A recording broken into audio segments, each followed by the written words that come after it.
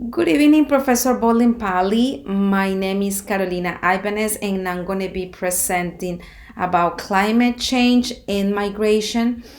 Uh, so let's begin with that. I'm going to be talking about these two areas or this area, which is Central America and Haiti. Important to know who is migrating, who exactly. So, from Central America, I'm going to be talking about Honduras, Nicaragua, and El Salvador, and I in from Central America in specific, and also about Haiti. Why? That's important to understand why they are migrating. So just to remember that it's a lot of people from very low socioeconomic status or background that live in very difficult situations, very vulnerable. They just know poverty, and they really live in a really bad and sad conditions.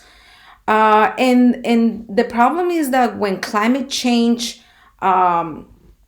hit those areas, their situation becomes even worse, and they have practically nothing to do there. They lose all they have, and that's basically what they really need to or have to the tough decision to migrate. Where are they going to? Obviously, we know people from the south zone, in this case from Central America. They look for a better country, for better conditions. So they specifically in this situation, they are going to the United States of America, a first world country, and looking for something better. That's basically what they are looking for. So that's why they decide to go to the north. Obviously, they don't go straight to the north, they don't go straight to the United States, but they have to cross different countries as Mexico and face very, very serious and difficult situations and conditions before they can just get to the point where the United States is located. Um, so let's talk about the Hurricane Eta and Hurricane Iota. These two hurricanes hit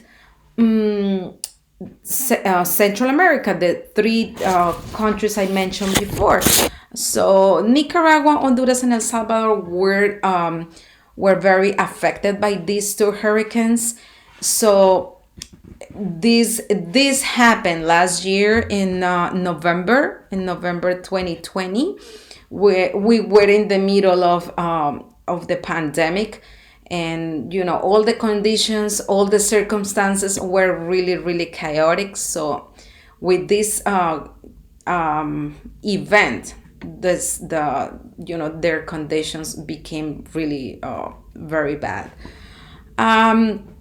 Who were the victims? Again, the victims were people, of course, from these three countries, and it's said that more than 10,000 people had to make probably the difficult decision to leave. It was really hard. So they were not expecting this disaster, and they had no option but to make the decision to go to a different place. Let's talk about climate change and data. Um, so definitely, according to the United Nations, um, they said that 3 million of people have faced any type of insecurity for the last 10 years, and that's because or caused by climate change. And it is predicted by 2050 2050, if the carbon emissions are not controlled, are not under the eye of the countries who have the control, it could be 143 million of national migrants in Latin America, South Asia, and Africa that will be migrating to different countries. So it's definitely affecting not only these four countries that I just mentioned before, but it's a lot of people from different countries that are being affected and will be affected if there is no change, if there is no intervention from organizations and in countries that have the power to make the changes. Is anybody else migrating? Like I said before, yes, it's a lot of people migrating. People not only from Central America but also from South America. So definitely, it's a lot of people. In terms of the United States and the climate change, our current president Biden decided to sign an executive order this year. That happened this year in October 2021, and this order requires from federal agencies to report and present ways, on how this climate change is impacting people who are migrating to the US. So the impact, what's the impact, how this climate change is impacting. Why? Because obviously this is a country where a lot of people come, people from different countries around the world, not only from the continent of America, but obviously from different countries. And they just need to specify how climate change is impacting migration.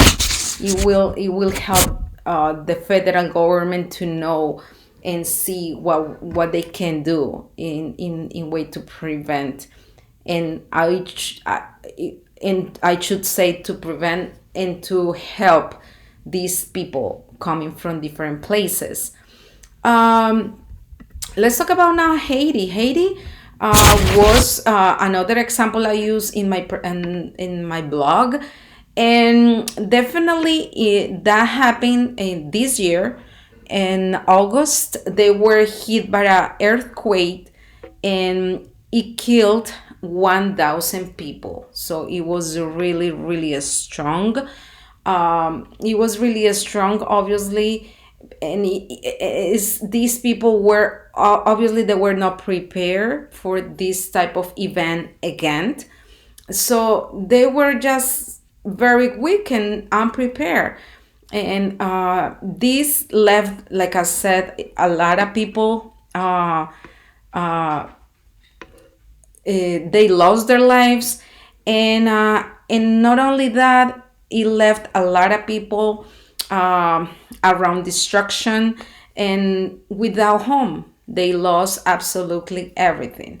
So with that, about 10,000 people or Haitians made the decision to migrate to the United States. They were desperate to go and find a better place, not only for them, but also for their families. To finalize this, I should say that migrants are not getting enough from their governments. They don't have support. They do not have anything from them to let them think to stay in their countries. So they have no option but just to live. Are they getting enough from the other countries when they are refugees, when they are migrants that are looking for support? No. They are very excluded. They are rejected. They are just not welcome. So definitely that's very sad, because if they are leaving the country for those poor conditions, they should be welcome. They should be they should be accepted, and they should receive many resources they do not have in their homelands. So that's all for tonight. I hope you like it and have a great night. Thank you.